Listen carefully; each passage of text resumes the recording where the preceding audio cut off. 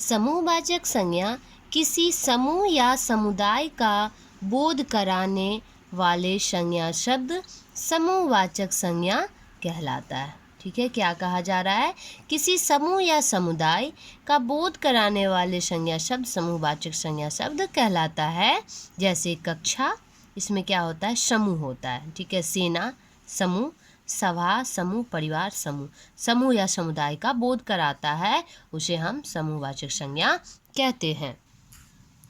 Next है, समूहवाचक संज्ञा शब्दों में सजातीय अर्थात एक जैसी वस्तुओं के समूह को एक इकाई के रूप में प्रकट किया जाता है। ठीक है, क्या कहा जा रहा है कि संज्ञा शब्दों में सजातीय एक जैसी वस्तुओं के समूह को एक इकाई के रूप में प्रकट किया जाता है, इसलिए ये भी एक वचन रूप में होते हैं।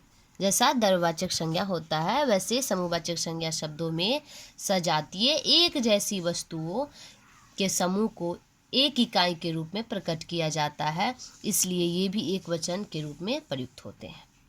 नेक्स्ट है, व्यक्तिवाचक संज्ञा का जातिवाचक संज्ञा के रूप में प्रयोग कैसे होता है? ये जाने कि व्यक्तिवाचक संज्ञा का जातिवाचक संज्ञा के रूप में कैसे प्रयोग किया जाता है।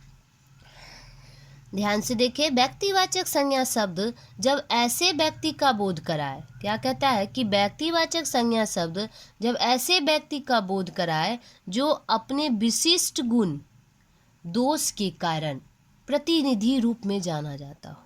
ठीक है, मतलब संज्ञा में क्या कहा जा रहा है? व्यक्तिवाचक संज्ञा में कि व्यक्तिवाचक संज्ञा जब ऐसे व्यक्ति का बोध कराता है जो अपने विशिष्ट गुण दोष के कारण प्रतिनिधि के रूप में जाना जाता हो, तब वाक्य में उसकी पहचान जातिवाचक संज्ञा के रूप में होती है। जैसे मेरा बेटा मेरा बहुत ध्यान रखता है, वह तो श्रवण है, वह तो श्रवण है। कहने का मतलब यहाँ पे कहा जा रहा है कि श्रवण का प्रयोग माता पिता के भक्त बेटे का बोध कराता है। क्या कहा जा रहा है यहाँ पे कि श्रवण का प्रयोग माता पिता के भक्त बेटे का बोध कराता है, इसलिए इस वाक्य में यह भी जातिवाचक संज्ञा के रूप में आता है। ठीक है, जैसे यहाँ बोलता है कि शब्द जब ऐसे व्यक्ति का बोध कराए, संज्ञा शब्द ऐसे व्यक्ति का बोध कराए जो अपने विशिष्ट गुण दोष के कारण प्रतिनिधि के रूप में जाना जाता हो, तब वाक्य में उसकी पहचान जातिवाचक संज्ञा के रूप में होता हो।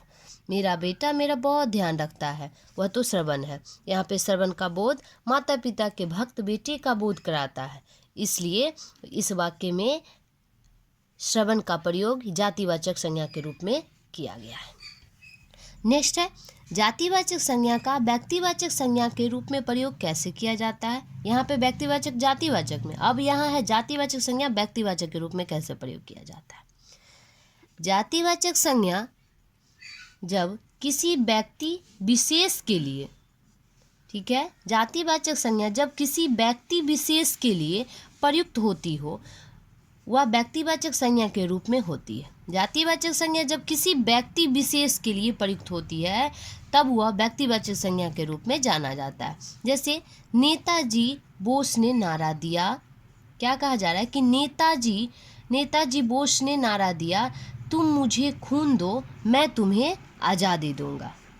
ठीक है, यहाँ पे नेताजी कहने का अर्थ बोध होता है, अर्थात सुभाष चंद्र बोस के लिए नेताजी शब्द प्रयुक्त हुआ है, इसलिए इस वाक्य में इसकी पहचान व्यक्तिवाचक संज्ञा के रूप में किया जाता है। ठीक है, अगर नेता और जी अलग अलग लिखाता तो वह जातिवाचक होता, लेकिन जब ये एक साथ लिखाता है तो सुभाष चंद्र बोस के लिए नेताजी शब्द प्रयुक्त होता है।